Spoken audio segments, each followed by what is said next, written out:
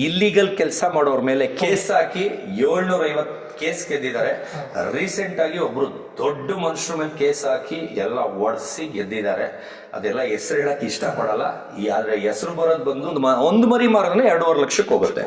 ಆ ಕಾರಣಕ್ಕೆ ನಾನು ಒಂದೇ ಮರಿ ಕೊಡೋದು, ಯಾಕಂದ್ರೆ ಅವ್ರಿಗೆ 2.5 ಲಕ್ಷ ಖರ್ಚಾಗಿರಲ್ಲ. ಯಾಕಂದ್ರೆ ನಾನು ಅದು ಹೆಂಗೆ 0 ರೂಪೀಸ್ ಅಲ್ಲಿ ಸಾಕ್ಬೇಕು ಅನ್ನೋದು ಹೇಳ್ಕೊಟ್ಟಿರ್ತೀನಿ. ಅದೇ ಒಂದು ಕೋಳಿ ಅಂಗಡಿ ಪರಿಚಯ ಇದೆ,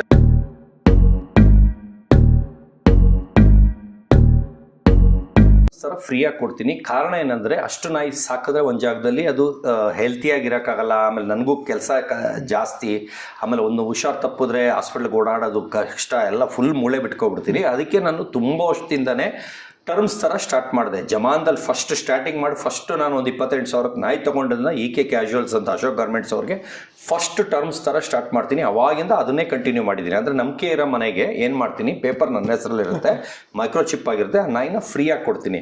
ನಿಮಗೆ ಶೋಕಿ ಅಷ್ಟು ಕಾಸ್ಟ್ಲಿ ನಾಯಿ ನಿಮ್ಮಲ್ಲಿದೆ ಅಂತ ನೀವು ಸಾಕೊಳ್ತೀರ. ಆದರೆ ಮರಿ ಹಾಕಿದಾಗೆಲ್ಲ ಒಂದೇ ಒಂದು ಮರಿ ನಿಮಗೆ ಮಿಕ್ಕಿದ್ದು ನನಗೆ. ಅದು ಹೆಣ್ಣಾಗಿದ್ರೆ, ಗಂಡಾದರೆ ನಿಮ್ಗೆ ಏನು ಕೊಡಲ್ಲ. ಯಾಕಂದರೆ ಬಂದು ಕ್ರಾಸ್ ಮಾಡಿಸ್ಕೊಳ್ತೀವಿ, ಅದು ಒಂದೊಂದು ಸಕ್ಸಸ್ ಆಗಿ ಮರಿ ಹಾಕುತ್ತೆ, ಒಂದೊಂದು ಮರಿ ಹಾಕಲ್ಲ. ಆಮೇಲೆ ಮರಿ ಹಾಕಿದ್ರೆ ನಮ್ಗೆ ಒಂದೇ ಮರಿ ಸಿಗೋದು ಗಂಡಿಗೆ, ಅಂದರೆ ಒಂದು ಪಿಕ್ ಮರಿ ಒಂದೇ ಸಿಗೋದು, ಮಿಕ್ಕಿ ಸಿಗಲ್ಲ. ಆದರೆ ಹೆಣ್ಣಾದರೆ ಅವ್ರು ಕಷ್ಟ ಬಿದ್ದಿರ್ತಾರೆ, ಅದಕ್ಕೆ ಮರಿ ಹಾಕಿದಾಗ ಏಲೆತ್ತಿರ್ತಾರೆ, ಒಂದು ತಿಂಗಳು ಕಷ್ಟ ಬಿದ್ದಿರ್ತಾರೆ ಅಂದ್ಬಿಟ್ಟು ಒಂದು ಮರಿ ಕೊಡ್ತೀವಿ. ಅಂದರೆ ಒಂದೇ ಮರಿ ಏನಕ್ಕೆ ಕೊಡ್ತೀವಿ ಅಂದರೆ, ಈಗ ಬೇರೆಯವ್ರು ಬಂದು ಹಾಫ್ ಲೀಟರ್ ಥರನೂ ಮಾತಾಡ್ಕೊಳ್ಳೋರು ಇದ್ದಾರೆ, ನಿಂಗರ್ಧ ನನ್ಗರ್ಧ. ಅದು ಯಾರು ಆ ಥರ ಮಾತಾಡ್ತಾರೆ ಅಂದರೆ, ಅದು ಒಂದು 7-8 ಸಾವಿರ 10 ಸಾವಿರ ಒಂದು ಮರಿ ರೇಟ್ ಇರುತ್ತೆ. ಅದು ಎಲ್ಲ ಮರಿ ಮಾರಿದ್ರು 50,000 ಅವ್ರಿಗೆ ಸಿಗಲ್ಲ. ಅವಾಗ ಅವ್ರು ಅರ್ಧ ಮಾತಾಡ್ಕೊಳ್ತಾರೆ. ಆದರೆ ನಂದು ಒಂದು ಮರಿ ಮಾರಿದ್ರೆ 2.5 ಲಕ್ಷಕ್ಕೆ ಹೋಗುತ್ತೆ. ಆ ಕಾರಣಕ್ಕೆ ನಾನು ಒಂದೇ ಮರಿ ಕೊಡೋದು, ಯಾಕಂದ್ರೆ ಅವ್ರಿಗೆ 2.5 ಲಕ್ಷ ಖರ್ಚಾಗಿರಲ್ಲ. ಯಾಕಂದ್ರೆ ನಾನು ಅದು ಹೆಂಗೆ 0 ರೂಪೀಸಲ್ಲಿ ಸಾಕಬೇಕು ಅನ್ನೋದು ಹೇಳ್ಕೊಟ್ಟಿರ್ತೀನಿ. ಅಂದರೆ ಒಂದು ಕೋಳಿ ಅಂಗಡಿ ಪರಿಚಯ ಇದ್ರೆ, ಅದೆಲ್ಲ ಇಂಟರ್ವ್ಯೂಲೇ ಹೇಳಿದ್ದೀನಿ, ಪರಿಚಯ ಇದ್ರೆ ಸಾಕು, ಕೋಳಿ ಅಂಗಡಿ ಪರಿಚಯ ಮಾಡ್ಕೊಂಡ್ರೆ ಫ್ರೀಯಾಗಿ ಕೊಡ್ತಾರೆ. ಯಾಕಂದರೆ ಡೈಲಿ ಅವ್ರು ಬಿಸಾಕ ಐಟಮು, ನೆಕ್ಕು ಅದೆಲ್ಲ ಹೋಟ್ಲು ಕಟ್ ಮಾಡಿದಾಗ ಅದೆಲ್ಲ ಹೋಟ್ಲವ್ರು ತೊಗೊಳ್ಳಲ್ಲ, ಅದನ್ನೆಲ್ಲ ಫ್ರೀಯಾಗಿ ದಾನ ಮಾಡ್ತಾರೆ. ಅದು ಪರಿಚಯ ಇದ್ರೆ ಸಾಕು, ಪರಿಚಯ ಇಲ್ಲದಿದ್ರೆ 20 ರೂಪಾಯಿ ಖರ್ಚಾಗುತ್ತೆ ದಿನಕ್ಕಷ್ಟೇ.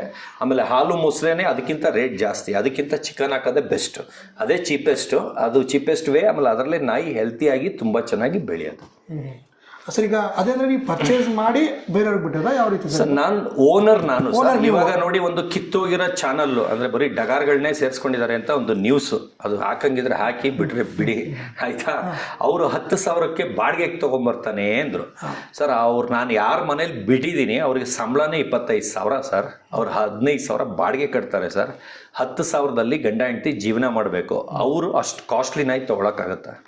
ಅದಕ್ಕೆ ಊಟ ಹಾಕೋಕ್ಕಾಗತ್ತಾ?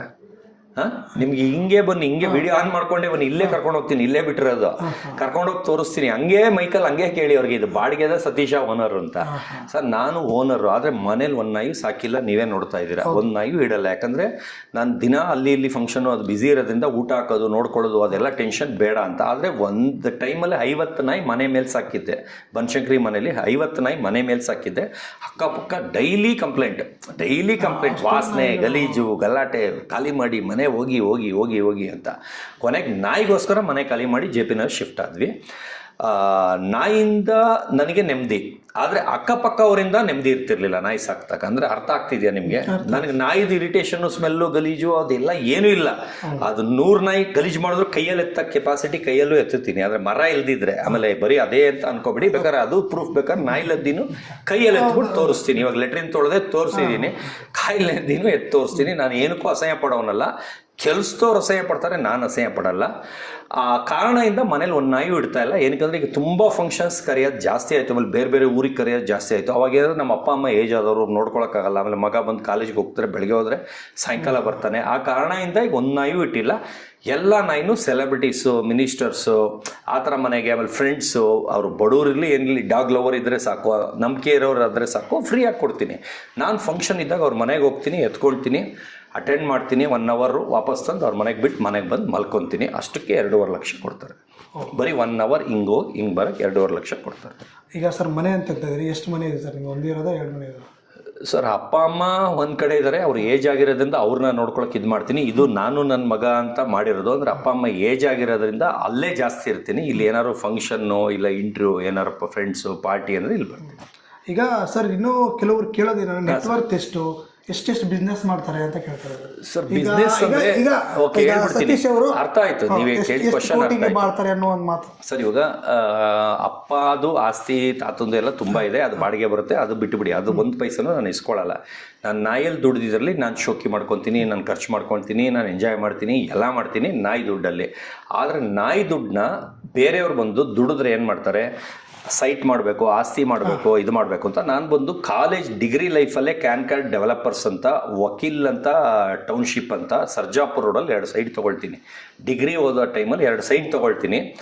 ಆ ಟೈಮಲ್ಲಿ ರಿಜಿಸ್ಟ್ರೇಷನ್ ಟೈಮಲ್ಲಿ ಸುಳ್ಳು ಹೇಳ್ಬಿಟ್ಟು ಫಸ್ಟ್ ಹೆಂಡ್ತಿ ಸೈನ್ ಹಾಕಿದ್ದಾರೆ, 2ನೇ ಹೆಂಡ್ತಿ ಮಕ್ಕಳು ಸೈನ್ ಆಗ್ತಿಲ್ಲ ಅಂತ ಸುಳ್ಳು ಮಾಡಿ 1:7 ಆಗಿರುತ್ತೆ ನಾನು ಸೈಟ್ ತೊಗೊಂಡಿರೋ ವ್ಯಾಲ್ಯೂ. ರಿಜಿಸ್ಟ್ರೇಷನ್ ಮಾಡೋ ಟೈಮಲ್ಲಿ ಕಿರಿಕ್ ಮಾಡಿ ಮೋಸ ಮಾಡ್ತಾರೆ. ಆವಾಗ ನನಗೆ ಹರ್ಟ್ ಆಗಿಬಿಟ್ಟು ನಾನು ಸವಾಸನೇ ಬೇಡ ಅಂತ ಬಿಟ್ಟುಬಿಡ್ತೀನಿ. ಅಂದರೆ ಈಗ ಮೂವಿ ಸವಾಸ ಹೆಂಗೆ ಬೇಡ ಅಂತ ಬಿಟ್ಟೆ, ಆದರೆ ನನ್ನ ಆಟ ಏನಾರ ಒಂದು ಇಷ್ಟ ಆಗಿಲ್ಲ ಅಂದರೆ ಅಷ್ಟೇ. ಅದು ಆ ಥರ ಕಾಲೇಜ್ ಲೈಫಲ್ಲೇ 2 ಸೈಟ್ ತೊಗೊಂಡವನು ನಾನು. ಕಾಲೇಜ್ ಡಿಗ್ರಿ ಓದ್ತಾ ಇರ್ಬೇಕಾದ್ರೆ 2 ಸೈಟ್ ತೊಗೊಂಡವನು, ಅದು ಡಾಗ್ ಅಲ್ಲಿ ದುಡ್ದಿರೋ ದುಡ್ಡಲ್ಲಿ. ಯಾವಾಗ ನಾನು ಇನ್ವೆಸ್ಟ್ಮೆಂಟ್ ಮಾಡೋಕ್ಕೆ ಹೋಗ್ತಿದ್ದೆ ಅದು ಆಗ್ತಿರ್ಲಿಲ್ಲ. ಆಮೇಲೆ ಡಿಸೈಡ್ ಆಗ್ಬಿಟ್ಟೆ, ಅಯ್ಯೋ ಅಪ್ಪಂದು ಅದು ಇದು ಇರೋದು ಸಾಕು ನೆಮ್ಮದಿಯಾಗಿ, ಯಾಕಂದ್ರೆ ಆಸ್ತಿ ಮಾಡಿದ್ರೆ ನಮ್ಮಲ್ಲಿ ಜಗಳಗಳು ಸ್ಟಾರ್ಟ್ ಆಯ್ತಲ್ಲ, ಅಕ್ಕ ತಂಗಿರೋದು ತಮ್ಮಂದೆಲ್ಲ. ಅದರಿಂದ ನಾನು ಈಗ ಅಪ್ಪಂದು ಏನಿದೆ ಅದು ಬಿಡಿ, ನಾನು ಒಂದು ದಿವಸ ಕೇಳೂ ಇಲ್ಲ, ಅವ್ರನ್ನ ಹುಡ್ದಾಗಿಂದ ಆಸ್ತಿ ಭಾಗನೂ ಕೇಳಿಲ್ಲ, ಏನೂ ಇಲ್ಲ, ಬಿಟ್ಟಾಕಿ. ಆದರೆ ನಾನು ಆಸ್ತಿ ಮಾಡಿದ್ರೆ ಜಗಳ ಆಗೋದು. ಇವಾಗ ನಮ್ಮ ಅಪ್ಪನ ಬಿಟ್ಟು ನಾನೇ ದುಡ್ಕೊಂಡು ನಾನೇ ಶೋಕಿ ಮಾಡ್ತೀನಿ. ಹಂಗೆ ನನ್ನ ಮಗನೂ ಅವನು ಹಂಗೆ ಬೆಳೆಸಿ ಬಿಟ್ಟುಬಿಡ್ತೀನಿ. ಅವ್ನ ದುಡ್ಡಲ್ಲಿ ಅವ್ನು ಬೆಡ್ಕೊಂಡು ಹೋಗ್ತಾ ಇರಲಿ, ಕಂಡವ್ರ ದುಡ್ಡಲ್ಲಿ ಡಿಪೆಂಡ್ ಆಗೋದು ಬೇಡ. ಆ ಕಾರಣಕ್ಕೆ ನಾನು ಯಾವ ಆಸ್ತಿನೂ ಮಾಡಿಲ್ಲ, ಏನೂ ಇಲ್ಲ, ಬರೀ ನಾಯೇ ನನ್ನ ಆಸ್ತಿ. iPhone 11 ನನ್ನ ಫೋನು, ಸಿಯಾಸ್ ನನ್ನ ಕಾರು. ಈಗ ಶೋಕಿಗೋಸ್ಕರ ಒಂದು ಬೆನ್ಸ್ ಕಾರು, ಅದು ಏನು ಕಂಡೋರ್ಗೋಸ್ಕರ ತಗೊಂಡಿದ್ದೀನಿ, ನನಗೋಸ್ಕರ ಅಲ್ಲ. ಅಂದ್ರೆ ನಿಮ್ಮ ಹತ್ರ ನೀವೇನು ಶೋಕಿ ಮಾಡ್ತಾ ಇದ್ರೆ ನಿಮ್ ದುಡ್ಡು, ನನ್ನ ದುಡ್ಡು, ನನ್ನ ಇಷ್ಟ. ಇವಾಗ ಅದನ್ನ ಕೇಳಕ್ಕೆ ಯಾರಿಗೂ ಅಧಿಕಾರ ಇಲ್ಲ. ಈಗ ನನ್ನ ದುಡ್ಡು ನನ್ನ ಇಷ್ಟ, ನಾನು ಅದನ್ನ ಅರ್ಧಾಕ್ತೀನೋ ಬಿಡ್ತೀನೋ, ಹಾಕೊಂತೀನೋ ಬಿಡ್ತೀನೋ, ನನ್ನ ಇಷ್ಟ. ನಾನು ನಿಮ್ಗೆ ಮೋಸ ಮಾಡಿಲ್ಲ, ನಿಮ್ಮ ಹತ್ರ ಸಾಲ ತಗೊಂಡು ಮೋಸ ಮಾಡಿಲ್ಲ, ಯಾರಿಗೂ ತಲೆ ಹೊಡೆದು ಸಂಪಾದನೆ ಮಾಡಿಲ್ಲ, ಏನಿಲ್ಲ. ನನ್ನ ಶೋಕಿ ನಾನು ಮಾಡ್ತಾ ಇದ್ದೀನಿ. ನನಗೆ ಆಸ್ತಿನೇ ನಾಯಿ. ಇವತ್ತು 125 ನಾಯಿ ಓನರು, ಅದು ನಂದು ಆಸ್ತಿ. ನನಗೆ ಅದರಿಂದ ಇನ್ಕಮ್ ಬಂದಿದ್ದಕ್ಕೆ ಇನ್ನೊಂದು ಹೊಸ ಡಾಗ್ ತೊಗೊಂಡು ಅದನ್ನು ಪರಿಚಯ ಮಾಡ್ಕೊಡ್ತೀನಿ ಇಂಡಿಯಾಗೆ. ತಿರ್ಗಿ ಅದರಲ್ಲಿ ದುಡ್ದಿದ್ರಲ್ಲಿ ಇನ್ನೊಂದು ನಾಯಿ ತೊಗೊಳ್ತೀನಿ, ಅದನ್ನು ತಿರ್ಗಿ ಇಂಡಿಯಾಗೆ ಒಂದು ದೊಡ್ಡ ಲಾಂಚಲ್ಲಿ ಮಾಡ್ತೀನಿ. ಈಗ ಪಾಂಡಾ ಡಾಗ್ ಅಂತ ಅದಕ್ಕೆ 10 ಅಡಿ ಕೇಕ್ ಕಟ್ ಮಾಡಿ ಮಾಡಿದೆ. ಇವಾಗ 20 ಅಡಿ ಕೇಕ್ ಕಟ್ ಮಾಡಿ ಹೊಸ ಡಾಗ್ ಕ್ಯಾಡಬಾಮ್ಸ್ ಫ್ಯಾಬ್ಲೋ ಎಸ್ಕೋಬಾರ್ ಅಂತ, ಅದನ್ನು ಬಂದು 20 ಅಡಿ ಕೇಕ್ ಕಟ್ ಮಾಡಿ ಅದ್ರ ಲಾಂಚು ಪ್ಲಸ್ ನನ್ನ ಬರ್ಡೇ ರೀಸೆಂಟಾಗಿ ಮಾಡಿದೆ, ಅದನ್ನು ನ್ಯೂಸ್ ಮಾಡಿದೆ. ಇದಾಗ್ತಿದ್ದಂಗೆ ಇನ್ನು ಇದಕ್ಕಿಂತ ದೊಡ್ಡದು ಇನ್ನೊಂದು ಮುಂಚೆ ಮಾಡಬೇಕಿತ್ತು, ಅದನ್ನು ಪೆಂಡಿಂಗ್ ಇಟ್ಟಿದ್ದೀನಿ. ಅದು ಇನ್ನೂ ನೆಕ್ಸ್ಟ್ ಲೆವೆಲ್ ವೇದಿಕೆಯಲ್ಲಿ ಮಾಡೋಣ ಅಂತ. ಅದು ಆಲ್ರೆಡಿ ಬಂದು ನನ್ನ ಹತ್ರ ಇದೆ. ಅದನ್ನು ನಾನು ನೆಕ್ಸ್ಟ್ ಲೆವೆಲಲ್ಲಿ ಲಾಂಚ್ ಮಾಡ್ತೀನಿ. ಅದು ಇನ್ನೂ ಬೆಳೀತಾ ಇದೆ. ಅದು ಇನ್ನೊಂದು ಚೂರು ಬೆಳೆದ ಮೇಲೆ ಅದನ್ನು ಲಾಂಚ್ ಮಾಡ್ತೀನಿ. ಈಗ ನಿಮ್ಮ ತಂದೆಯವ್ರ ಬಗ್ಗೆ ಹೇಳಿದ್ರಿ, ಏನು ಹೇಳ್ತಾರೆ ಸರ್ ಈಗ ಇಷ್ಟು ಬೆಳವಣಿಗೆ ಬಗ್ಗೆ ನಿಮ್ಮ ತಂದೆಯವ್ರೇನು ಮಾತಾಡ್ತಾರಾ? ಇಲ್ಲ, ನಮ್ಮ ತಂದೆಗೆ ನಾನು ಸೆಲೆಬ್ರಿಟಿ ಅನ್ನೋದೇ ಗೊತ್ತಿಲ್ಲ. ನಮ್ಮ ತಂದೆ ಕಾರಲ್ಲಿ ಕೂತ್ರೆ ವಿಂಡೋ ಇಳಿಸ್ಬೇಕು ಅವ್ರಿಗೆ, ನನಗೆ ಯಾರು ನೋಡ್ತಾರೆ ಅಂತ ವಿಂಡೋ ಎಕ್ಕಿಸ್ಬೇಕು.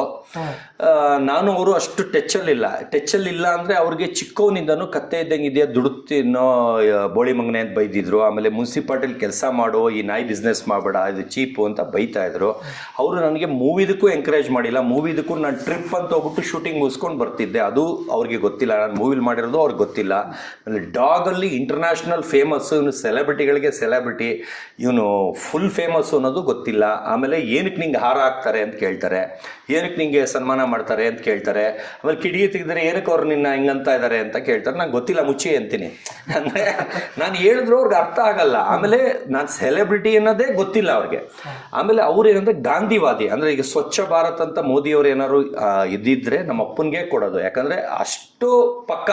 ಬೇರೆಯವ್ರು ಬಂದು ಸುಮ್ಮನೆ ಫೋಟೋಗೋಸ್ಕರ ನೋಡಿ ಗಿಡ ಹಾಕ್ತಾ ಇದ್ದೀನಿ, ನೋಡಿ ಹಳ್ಳ ತೆಗಿತಾ ಇದ್ದೀನಿ, ರೋಡ್ ಮಲ್ ಮುಚ್ತಾ ಇದ್ದೀನಿ, ಕಸ ಗುಡಿಸ್ತಾ ಇದ್ದೀನಿ ಅಂತ ವಿಡಿಯೋ ಮಾಡ್ಕೊಂಡು ಬಿಟ್ಟು ಅಷ್ಟೇ ಮಾರೈಸೆ ಅಂತ ಇರಲ್ಲ.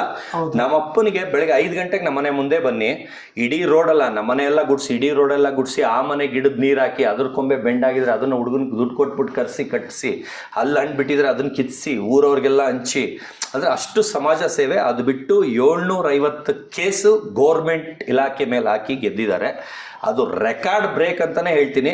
ನಮ್ಮ ತಂದೆ ಬಂದು ಕರ್ನಾಟಕದಲ್ಲಿ ಯಾರು ಏನು ಮಾಡಿದ್ದಾರೆ ಅವ್ರಿಗಿಂತ 100ರಷ್ಟು ಜಾಸ್ತಿ ನಮ್ಮಪ್ಪ ಕೇಸ್ ಹಾಕಿ ಗೆದ್ದಿದ್ದಾರೆ. ಅದು ಏನು ವಿರೋಧ ಅಂದರೆ ಲಂಚ ತಗೊಳ್ತಾ ಇರ್ತಾರೆ, ಗೋಲ್ಮಾಲ್ ಮಾಡಿರ್ತಾರೆ, ಇಲ್ಲ ಅಕ್ವೈರ್ ಮಾಡ್ಕೊಂಡ್ಬಿಟ್ಟಿರ್ತಾರೆ ಗೌರ್ಮೆಂಟ್ ಜಾಗನ. ಆ ಥರದ್ರಲ್ಲಿ ನಮ್ಮ ಅಪ್ಪನೇ ನಂಬರ್ 1 ಅಂತ ಹೇಳಕ್ಕೆ ಇಷ್ಟಪಡ್ತೀನಿ. ಈಗ ಸಮಾಜ ಸೇವಕರ ಲಾಯರ್ ಯಾವ ಇಲ್ಲ, ಅವ್ರು ಏನು ಇಲ್ಲ, ವೆಟರ್ನರಿ ಡಾಕ್ಟರ್, ಅಸಿಸ್ಟೆಂಟ್ ಡೈರೆಕ್ಟರ್ ಆಗಿದ್ರು, ರಿಟೈರ್ಡ್ ಆದ್ರು. ಅಂದ್ರೆ ಆ ಟೈಮಲ್ಲಿ ಎಲ್ಲ ತುಂಬಾ ಗೌರ್ಮೆಂಟ್ ಅವರೆಲ್ಲ ತೊಂದರೆ ಕೊಟ್ಟಿರೋದ್ರಿಂದ ಸಿಟ್ಟಿಗೆ ಇವಾಗ ಸಮಾಜ ಸೇವೆಗೆ ರಿಟೈರ್ಡ್ ಆಗ್ತಿದಂಗೆ ಎಲ್ಲರೂ ಡಾಕ್ಟರ್ ಗಿರಿನ ಕಂಟಿನ್ಯೂ ಮಾಡ್ತಾರೆ. ನಮ್ಮ ತಂದೆ ಏನು ಇಲ್ಲದೆ 0 ರೂಪೀಸಲ್ಲಿ ಫ್ರೀ ಸರ್ವಿಸು ಒಂದು 4 ಸಂಸ್ಥೆಗೆ ವೈಸ್ ಪ್ರೆಸಿಡೆಂಟ್ ಕರ್ನಾಟಕಕ್ಕಾಗಿದ್ದಾರೆ.